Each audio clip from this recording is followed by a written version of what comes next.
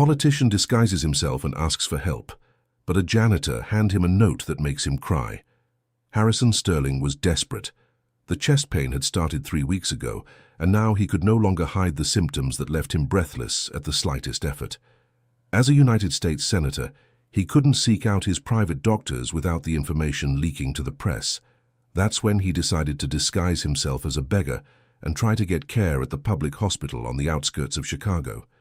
He put on old clothes he found in the driver's closet, smeared dirt on his face, and headed to Southside General Hospital, where he was certain no one would recognize him. The line was enormous. More than 200 people were waiting for care in the poorly lit hallway that smelled of disinfectant and suffering. Harrison had never seen so much misery gathered in one place. Children cried in the arms of exhausted mothers, elderly people leaned on makeshift canes, and men with exposed wounds had been waiting hours for an appointment. He sat on the cold floor, like everyone else, and tried to control his anxiety. Every time someone coughed near him, Harrison shrank back, imagining how many diseases he could be catching in that environment. The man accustomed to climate-controlled offices and armored cars now shared space with people who didn't even know who he was. "Hey, you there!" shouted a front desk worker. "ID!" Harrison handed over a fake ID he had obtained through questionable contacts. The worker barely glanced at the paper before tossing a numbered ticket in his direction. "Number 847. You've still got about 50 people ahead of you," the man said without looking up. The hours passed slowly. Harrison watched the people around him and for the first time in his life understood what it meant to depend on the public system.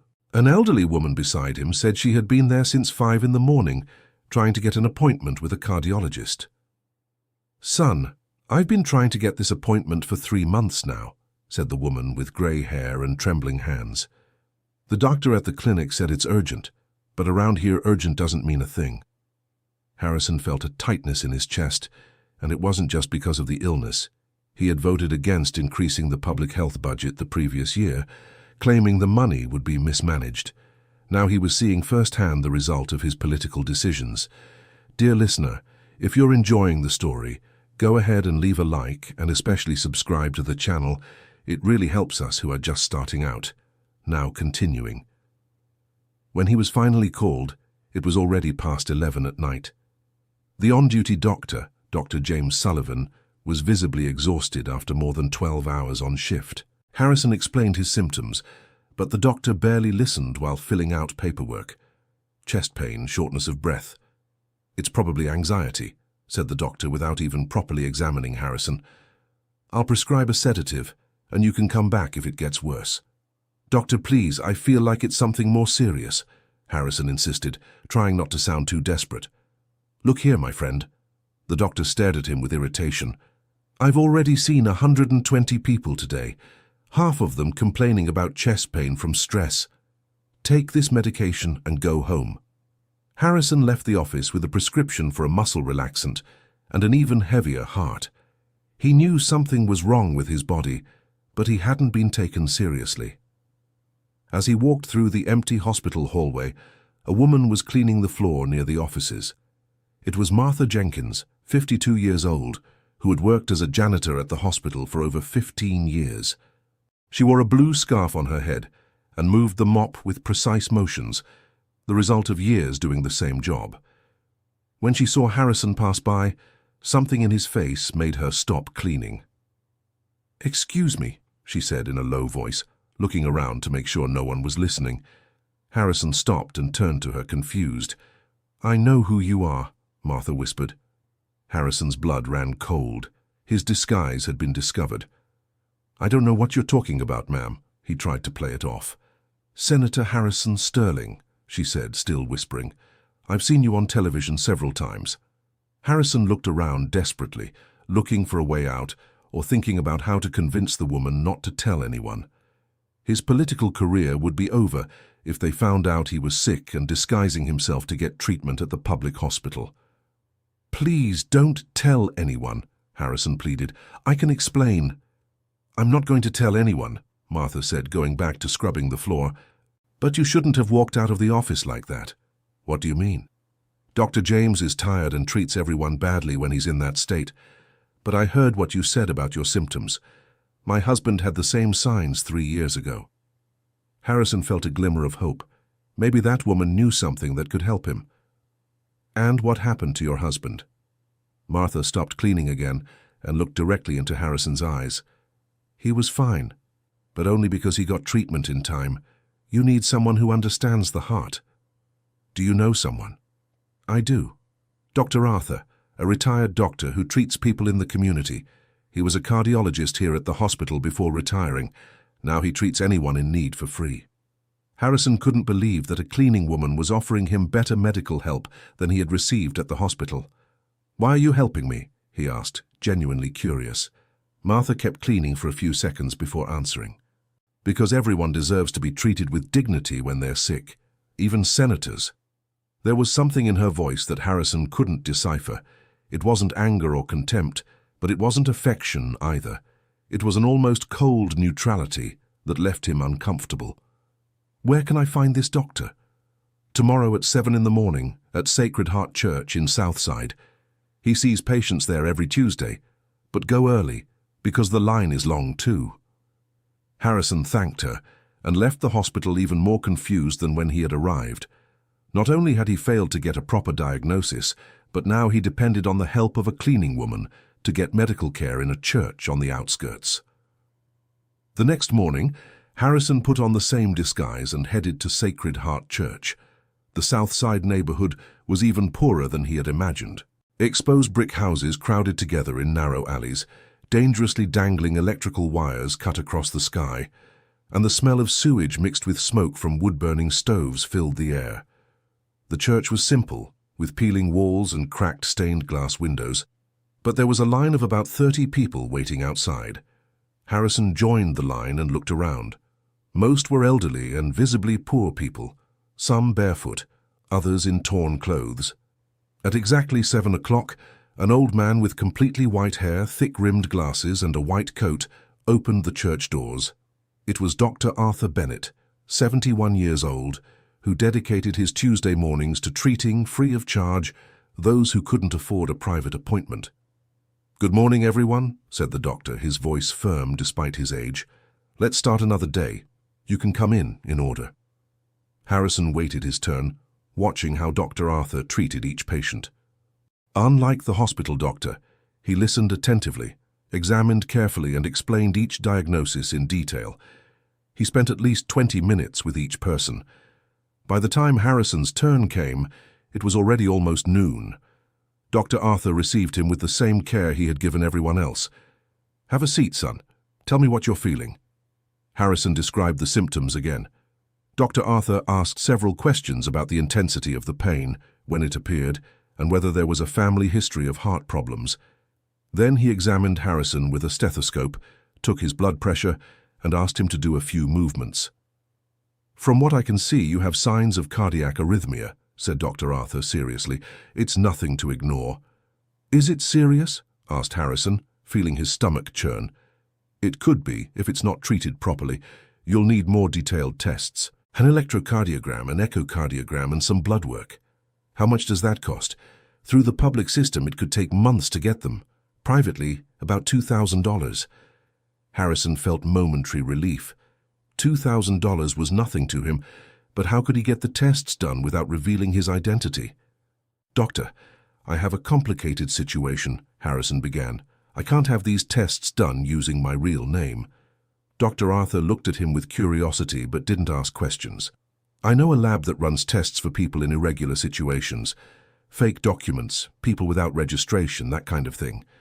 It costs a bit more, but they don't ask questions." Harrison couldn't believe he had found an underground medical care network that worked for people like him, who needed to keep their health condition a secret. "Where is this lab?" "In Lincoln Park, but you'll need someone to accompany you, because after the tests you shouldn't drive or walk around alone. The doctor in charge is very strict." Harrison immediately thought of his driver, but it would be risky to involve staff from his office. He had no close friends he completely trusted, and his family lived in another state. "I can accompany you, sir," said a voice behind him. Harrison turned and saw Martha standing at the church door. She was wearing plain Sunday clothes and carrying a shopping bag. "I came to get my blood pressure medicine from Dr. Arthur," she explained. "I heard you two talking about the tests." "You would do that?" asked Harrison, surprised. "I would. Tomorrow is my day off from the hospital." Dr. Arthur looked at the two of them with a smile. "Martha is a trustworthy person. If she offered to help, you can accept without worry." Harrison was still processing the generosity of that woman who barely knew him and was already willing to sacrifice her day off to help him. "Why are you doing this?" he asked again. "Because it's the right thing to do," answered Martha simply. The next day, Harrison met Martha at the Lincoln Park subway station. She had arrived 15 minutes early and was sitting patiently on a bench. "I brought some water and crackers," she said, showing him a small bag. "Dr. Arthur said you might feel unwell after the tests." They walked together through the streets of Lincoln Park until they reached an old office building. The lab was on the 3rd floor and had only a small sign on the door, "St. Vincent Clinical Lab." The receptionist, a middle-aged woman with a southern accent, didn't ask any questions when Harrison presented fake documents. She just asked for payment up front and explained the results would be ready in 2 hours. During the tests, Martha waited in the reception area reading a crossword puzzle magazine. Harrison watched her through the glass and couldn't understand why that woman was being so kind to him. When the tests were over, Harrison felt weak and dizzy. Martha immediately got up and helped him sit down. "I'll buy you a soda," she said. "Sugar helps at times like this." While they waited for the results, they talked for the first time in a more personal way. Martha Jenkins said she'd been widowed for 4 years, that she had 2 adult children, and that she took care of 3 young grandchildren. "I work at the hospital in the morning and at an office at night," she said. "On weekends I clean 2 houses. It's hectic, but I manage." "And don't you get tired?" Harrison asked. "I do, but what am I supposed to do? The kids need to eat, study, have clean clothes." Harrison felt a pang of guilt thinking about the comfortable life he led, never having to worry about basic things like food or housing. When the results were ready, they went back to Dr. Arthur's makeshift office at the church. The doctor analyzed the tests with a serious expression. "The situation is more delicate than I thought," said Dr. Arthur. "You have a severe cardiac arrhythmia that could cause cardiac arrest if not treated immediately." Harrison felt the world spin around him. "How much time do I have?" "Hard to say. It could be weeks, it could be months, but you need to start treatment now." "And what's the treatment?" "Specific medications that cost about $800 a month, plus regular appointments with a specialized cardiologist." Harrison quickly did the math. Money wasn't the problem, but how could he get the medications and appointments while keeping his condition a secret? "I can help with the medications," said Martha.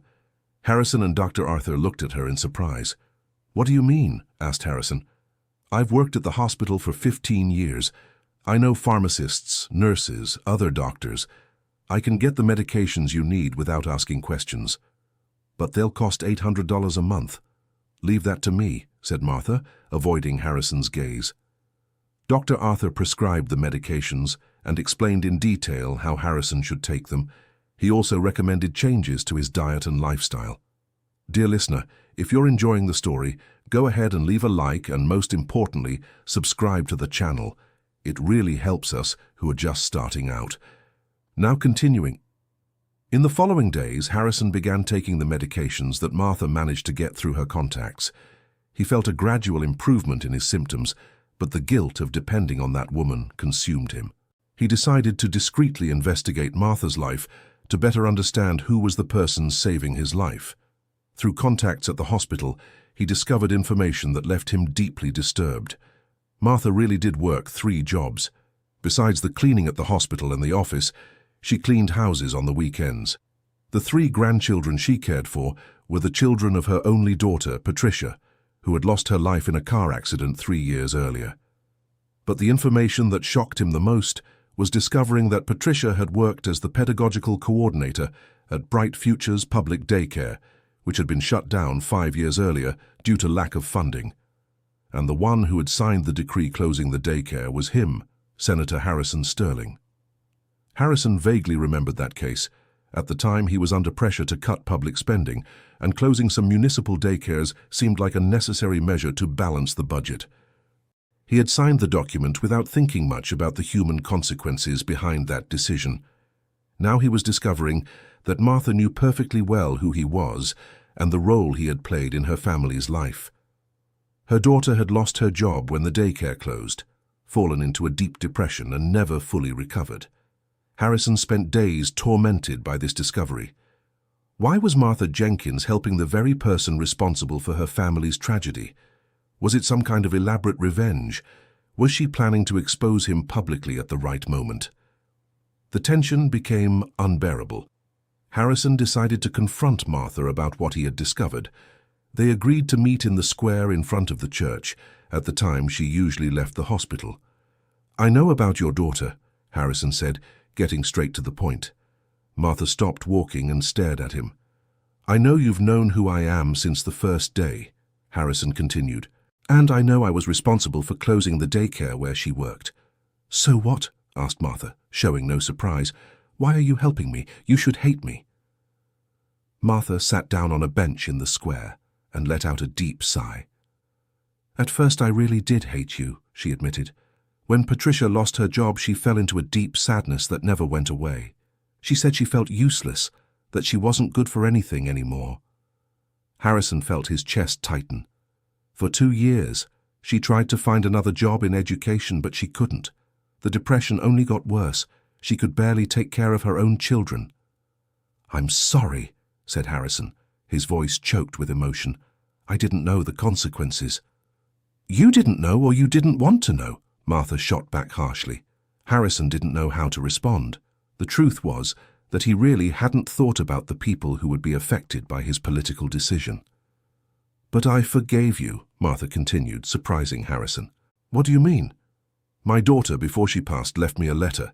In that letter she said she didn't want me to keep anger in my heart, because anger only hurts the one who carries it." Martha took a small folded piece of paper from her purse. "She wrote that if I ever ran into you, I should help you if you needed it, because maybe then you'd understand the value of taking care of people." Harrison looked at the paper with tears in his eyes. "Can I read it?" Martha handed him the letter. The handwriting was delicate and feminine. "Mum, if you're reading this, it means I'm already gone. I don't want you to hold sadness or anger in your heart. I know the man who closed the daycare probably never thought of us as real people, but one day he'll need help too. When that day comes, I want you to help him, not for him, but for yourself, to show that there's still goodness in the world. With love, Patricia," Harrison cried as he read the letter. That young woman he had harmed without even knowing she existed had shown a generosity that he, with all his education and privileges, had never possessed. "Why did you show me this now?" asked Harrison, handing the letter back. "Because you were feeling guilty about accepting my help. I wanted you to know that I'm not doing this out of pure kindness. I'm fulfilling my daughter's last request." Harrison sat in silence for a few minutes, processing everything he had learned. "What was she like?" he finally asked. "Patricia was always a special child," Martha began, with a sad smile. "From a young age, she wanted to be a teacher. She used to play teacher with her dolls, did her homework cheerfully, and helped classmates who struggled." Harrison listened carefully, trying to form a mental picture of Martha's daughter. When she got the job at the daycare, it was the happiest day of her life. She came home saying she'd finally be able to make a difference in the lives of poor children, just like she had been. And did she like the work? She loved it. She came home every night telling stories about the children, planning different activities, buying school supplies with her own money when the city didn't provide them. Harrison felt every word like a blow to the chest. She knew all the children's families, knew who was struggling at home, who needed extra help. She was more than an employee, she was like a second mother to those children. And when the daycare closed, she was devastated. She couldn't understand how they could close such an important place. She said the children weren't to blame for the government's problems. Martha paused to wipe away a tear running down her face. She tried to organize the other staff members to protest, sent letters to newspapers, went to City Hall several times, but no one listened. And then? Then she slowly lost hope. First, she stopped looking for a job every day. Then she stopped leaving the house. Then she stopped talking properly with the children. Harrison imagined that family's suffering and felt that every word from Martha was a fair accusation against him. I tried to help. I took her to doctors, psychologists.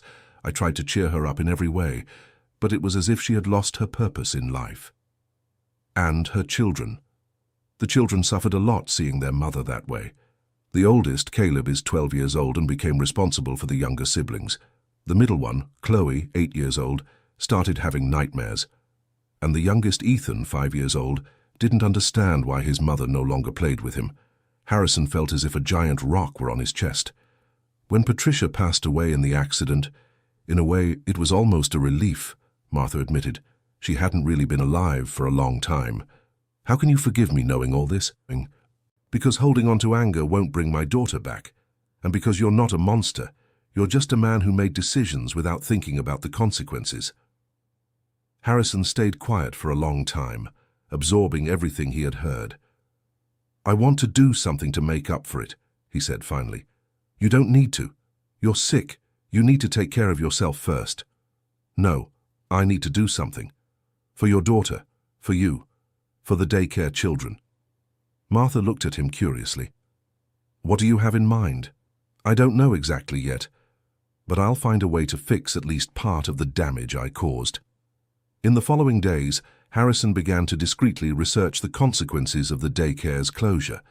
He discovered that more than 150 children were left without care, 17 staff members lost their jobs, and several families had to stop working because they had nowhere to leave their young children. The social impact had been much greater than he had imagined at the time. The savings generated by closing the daycare were insignificant compared to the damage caused to the community. Harrison also started visiting the neighborhood where Martha lived to better understand the reality of those people. With each visit, he discovered new problems caused directly or indirectly by political decisions he had made over the years. He met Mrs. Gladys, 68 years old, who had lost part of her pension due to a law Harrison had supported. He met Tyler, 23 years old, who couldn't finish college when the scholarship program was cut by a measure Harrison had voted for. Each story was a blow to his conscience. Harrison began to understand that behind every political decision there were faces, families, real lives that were affected. One night, while helping Martha organize her blood pressure medications, Harrison discovered something that left him even more troubled. How long have you been taking these medications? He asked. About 8 months, she answered evasively.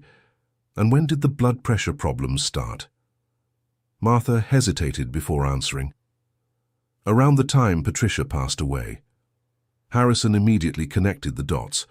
Martha had developed heart problems due to the stress and sadness caused by the loss of her daughter, and now she was spending money she didn't have to get medication for him, while probably neglecting her own health. Are you taking your medications properly? Asked Harrison. I take them when I can, she admitted. What do you mean, when you can? Sometimes there isn't enough money to buy all the medicines, so I prioritize the children's and yours. Harrison felt a surge of anger at himself. That woman was literally risking her own life to save him, while he had enough resources to secure medical treatment for an entire city. Starting today, you won't spend another cent on me, said Harrison firmly. You can't stop taking your medications, protested Martha. I won't stop, but I'll find another way to get them. Harrison spent the next few weeks putting together a plan. Using discreet contacts, he managed to establish a medication supply network that gave both him and Martha access to the medicines they needed without compromising her financial situation. He also started regularly transferring money to an account Martha had opened specifically for her grandchildren's expenses.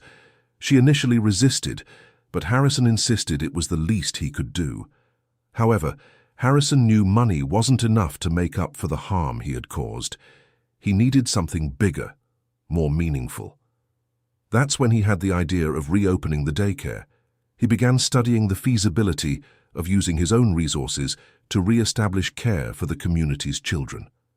It wouldn't be easy, since it would involve complex bureaucratic issues, but Harrison was determined to find a way. The first step would be securing a suitable space.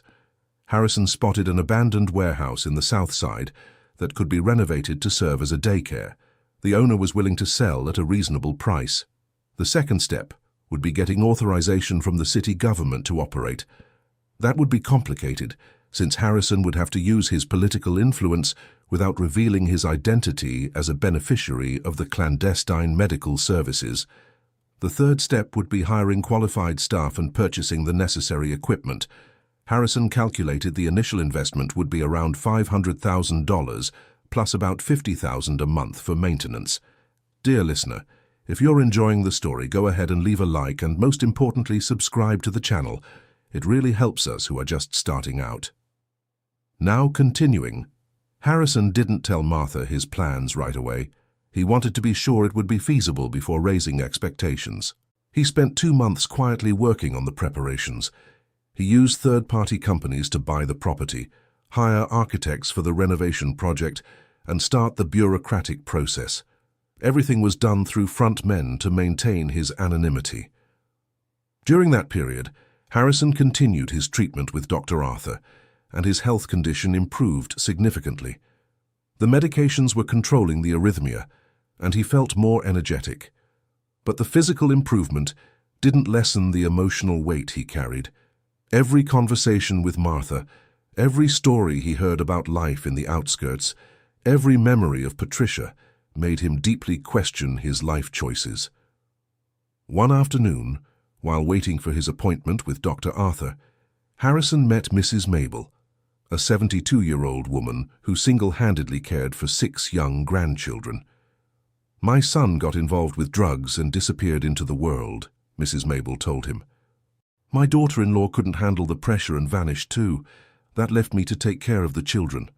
"And how do you manage?" asked Harrison.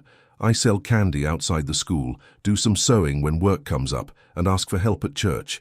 We get by however God wills." "And the children go to school?" "They do, but it's hard. The oldest is 10 and already helps take care of the little ones.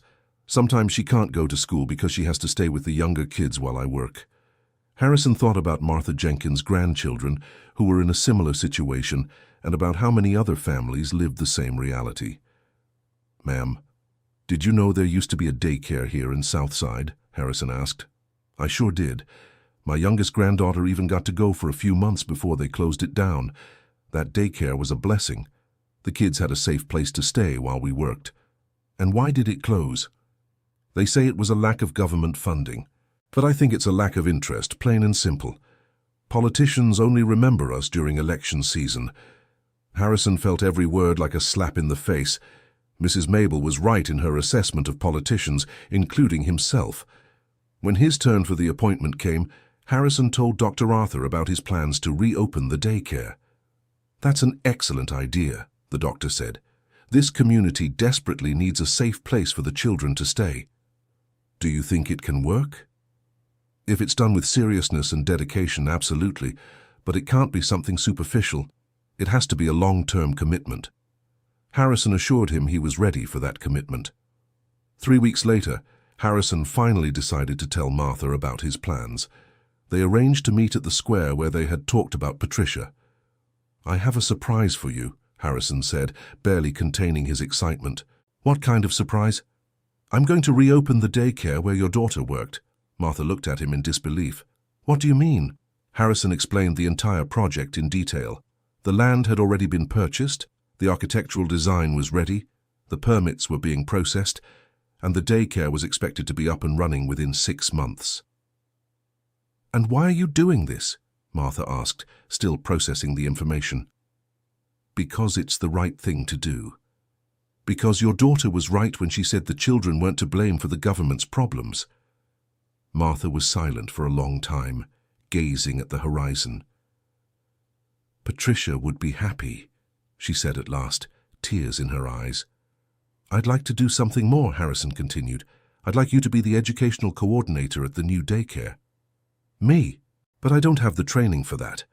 You have 15 years of experience caring for children, 3 grandchildren you adore, and the wisdom your daughter passed down to you.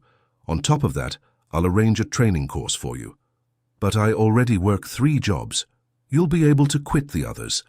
The educational coordinator salary will be enough to support your family with dignity." Martha cried openly for the first time since Harrison had met her.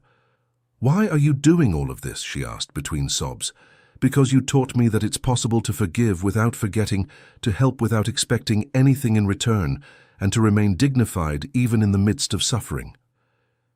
In the months that followed, Harrison closely followed the construction of the new daycare.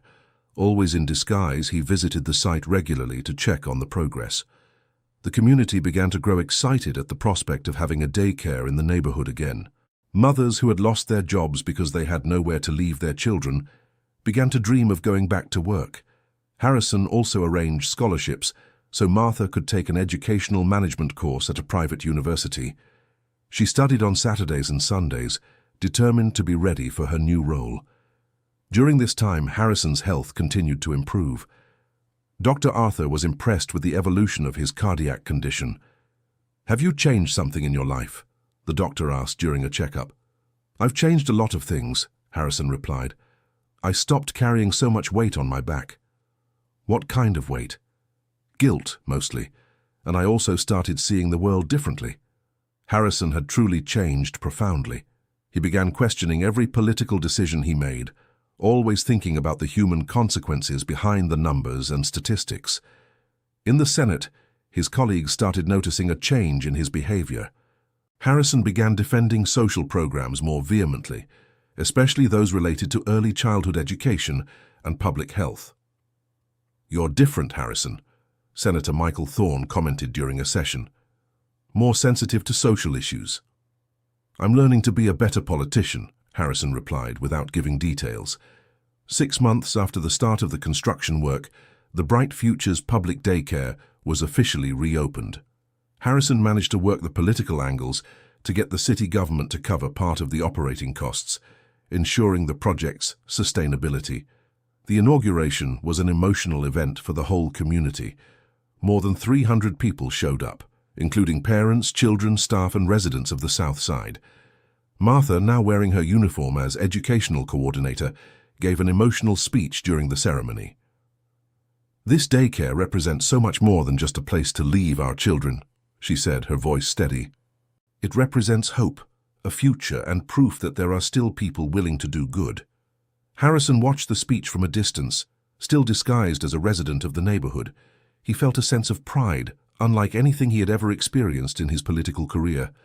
After the inauguration, Harrison continued visiting the daycare regularly, always keeping his disguise. He watched Martha working with the children and saw how much she had flourished in her new role. She had become a natural leader in the community. Besides coordinating the daycare's educational activities, she organized meetings with parents, mediated family conflicts, and built partnerships with other institutions. Martha's grandchildren also benefited from the change. Caleb, the oldest, now had time to dedicate himself to his studies. Chloe had stopped having nightmares and had gone back to being a normal kid. Ethan, the youngest, attended the daycare and was developing very well. 3 months after the daycare reopened, Harrison made a decision that surprised even himself. He decided to resign from his position as senator to dedicate himself fully to social work in the community. But before taking that definitive step, he knew he needed to talk to Martha and tell her the whole truth about his identity and motivations. They arranged to meet at the daycare on a Saturday afternoon when there were no children on the premises. Harrison arrived wearing his usual senator attire, without his disguise for the first time in nearly a year. "I need to tell you some things," Harrison said, as Martha greeted him at the daycare door. "I already know who you are," she said calmly. "I've always known." Harrison was surprised. "What do you mean?" "I recognized you from the very first day at the hospital. The disguise was good, but I'd been seeing you on television every week for years." "And you never said anything?" "There was no need. You were hurting. You needed help. It didn't matter if you were a senator, a beggar, or the King of England." Harrison smiled at the simplicity of her answer. "But why did you keep helping me knowing who I was?" "Because my daughter taught me that everyone deserves a second chance, and because you showed that you can change."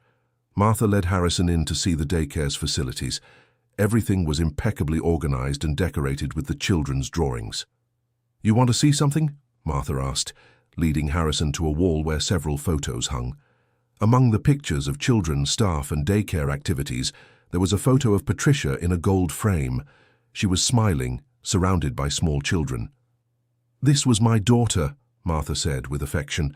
"She always dreamed of working in a daycare like this." Harrison looked at the photo and tried to imagine what Patricia had been like in life. She seemed to be a sweet, dedicated person, exactly as her mother had described. "I have something to show you," Harrison said, pulling an envelope from his pocket. Inside the envelope was an official document. "What is it?" Martha asked. "It's the deed transferring ownership of the daycare to the community. It now officially belongs to the residents of the South Side." Martha read the document carefully, unable to believe what she was seeing. "You're donating the daycare?" "Yes, and I also set up a maintenance fund that will guarantee its operation for at least the next 20 years. "But why?" "Because I learned that true power isn't in having, but in giving, and because I want this daycare to keep existing long after I'm gone." Martha hugged Harrison for the first time, moved by the gesture. "Patricia would be proud of you," she said. "I hope so," Harrison replied, "and I have one more thing to tell you." Harrison explained his decision to resign from his position as senator and dedicate himself to social work in the community. "Are you sure about this?" Martha asked. "I am. I spent my whole life chasing political power and forgot about human power. Now I want to use my experience and resources to help people like you who make a real difference in the world." Harrison told her about his plans to create a network of free medical care in underserved areas, expand the daycare model to other communities, and develop job training programs for young people and adults. "And Dr. Arthur has already agreed to coordinate the medical side of the project," Harrison added. Martha listened to everything with growing admiration. "You've changed so much since that first day at the hospital," she observed. "I had a very good teacher," Harrison said, smiling. A few days later, Harrison made the official announcement of his resignation from his Senate seat. The press speculated about the reasons, but he simply said he wanted to dedicate himself to social work. The news made national headlines and divided opinions. Some political colleagues criticized the decision, saying Harrison was wasting his influence. Others praised the courage of giving up power in favor of social causes. Harrison didn't care about the criticism. For the first time in many years, he felt at peace with himself. 2 weeks after leaving the Senate, Harrison officially showed up in the South Side as the coordinator of the new social project he was implementing in the area. The community received him with curiosity and some distrust. After all, it was strange for a former senator to show up and work in an underserved neighborhood. "Why did you come to work here?" asked Mrs. Mabel during a community meeting. "Because here I learned what it truly means to serve people," Harrison answered sincerely. Harrison began working daily in the community, always under the guidance of Martha, who had become his main advisor on local needs. Together, they created the Patricia Jenkins Community Center, in honor of Martha's daughter. The center offered free medical care, vocational courses, adult literacy classes, and cultural activities.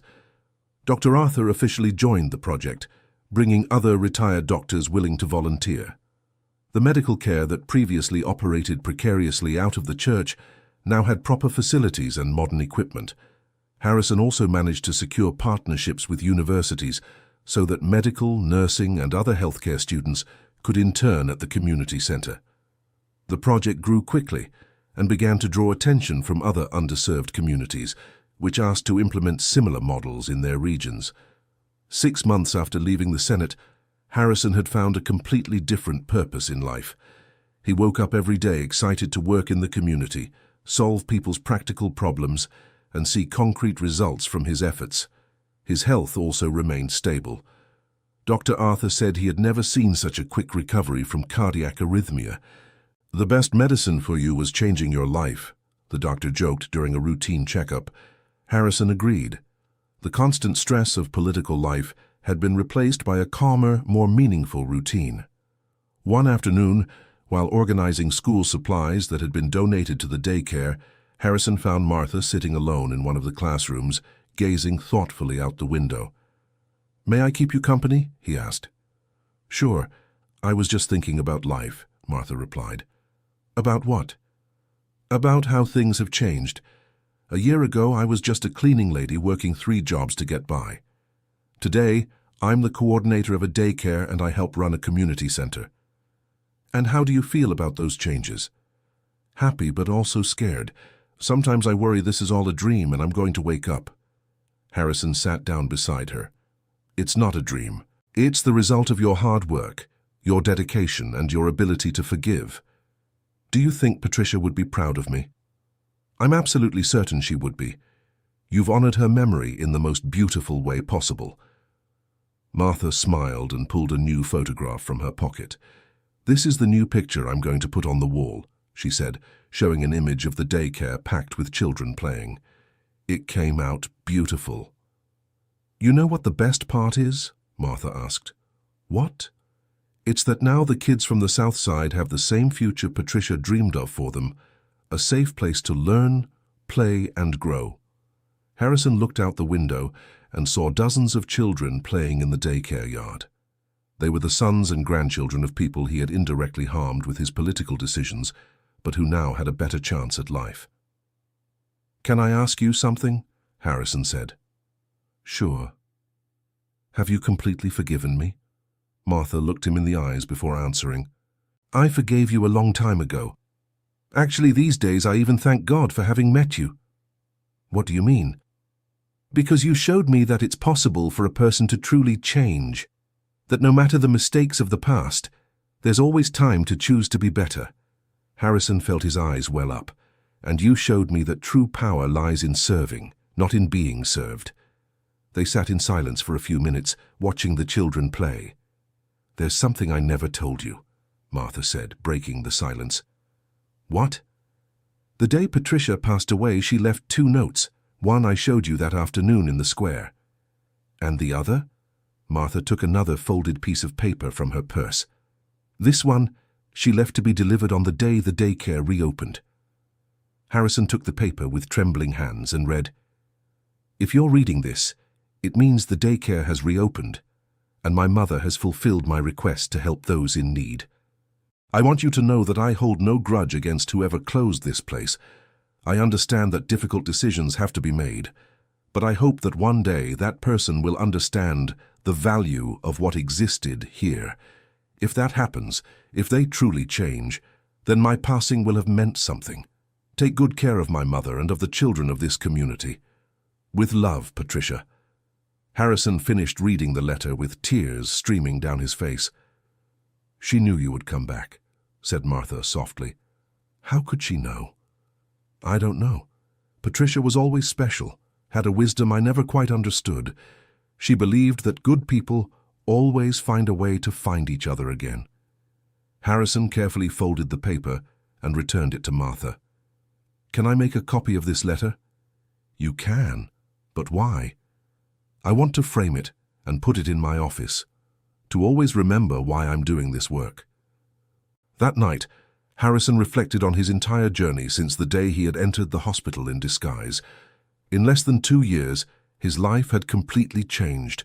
He had lost political power, influence, and social status, but he had gained something much more valuable: purpose, inner peace, and the chance to make a real difference in people's lives. He thought about Patricia, the young woman he never met in person, but who had transformed his life through the letters she left behind. She had foreseen that the pain of her departure could turn into hope for other people. Harrison also thought about Martha, who had chosen forgiveness instead of revenge, generosity instead of resentment. She had been his most important teacher, teaching him lessons that no university or political experience could give. The next morning, Harrison arrived early at the community center and found a surprise. There was a line of more than 50 people waiting for different services. What's going on? He asked Martha. Word about our work has spread. People from other neighborhoods are coming here looking for help. Harrison saw faces of all ages in the line: elderly people with health problems, young people looking for vocational courses, mothers with small children, unemployed people seeking guidance. We're going to need to expand our structure, Harrison observed. I've already thought about that. How about we use that vacant lot next door? Harrison looked at the lot Martha was pointing to. It was a space big enough to build a larger complex that could serve more people and offer more diverse services. That's a great idea. I'll arrange to buy the lot this week. Over the following months, Harrison and Martha worked together on expanding the project. What had started as a simple daycare became a true community development center. The complex now included, in addition to the daycare, medical and dental offices, a community pharmacy, a community library, a vocational training center, art and culture workshops, and even a small food production cooperative. Harrison had invested almost his entire personal fortune in the project, but he had never felt so fulfilled financially. Seeing entire families improving their lives was a much more satisfying return than any investment in the financial market. The work also attracted the attention of national and international organizations interested in replicating the model in other regions. Harrison and Martha began receiving invitations for lectures and consulting. "I never imagined I'd become a lecturer," joked Martha after a successful presentation on participatory community management. "You have a lot of knowledge to share," said Harrison. "Your experience is worth more than any academic theory." During one of these lectures, Harrison met Sarah Bennett, an investigative journalist who was producing a story on social transformation through community projects. "I'd like to interview you about your career change," asked Sarah. Harrison initially hesitated. He still wasn't comfortable with a lot of media exposure, preferring to keep his focus on practical work. "Can I think it over?" he asked. "Of course, but I'd like you to know that your story can inspire other people to make similar changes." Harrison talked to Martha about the invitation. "I think you should accept," she said. "How many people could be in a situation like yours? Politicians, business people, people with power who are unhappy and searching for a greater purpose in their lives. You're right. If my experience can help other people find their way, it's worth it." Harrison agreed to do the interview, which was published as a special feature story about second careers and community work. The article was very well received, and Harrison began receiving inquiries from people interested in similar projects. Some were politicians looking to get involved in community work. Others were business people looking for ways to contribute to society. One of the most interesting contacts came from David Whitaker, a Chicago businessman who had sold his company and was looking for a way to use his resources for social purposes. "I read your interview and really identified with your story," David said during a meeting. "I have resources available and would like to invest in projects similar to yours." Harrison and Martha showed David all the work they were developing in South Side. The businessman was impressed with the concrete results they had achieved. "Would you be willing to help me implement something similar on the east side of Chicago?" David asked. "Of course," Harrison replied. "Actually, we were already thinking about expanding our model to other regions." That was how the Patricia Jenkins Community Development Network was born, a non-profit organization that began implementing similar community centers in several outlying neighborhoods of Chicago. Each new center was tailored to the specific needs of the local community, but always maintained the fundamental principles: free medical care, quality early childhood education, vocational training, and community participation in decision-making. Martha was appointed executive director of the network, coordinating the work of all the centers. Harrison took on the role of coordinator of resources and partnerships, using his contacts and experience to ensure the sustainability of the projects. 2 years after the network was created, they were already running 7 community centers, serving more than 5,000 people each month.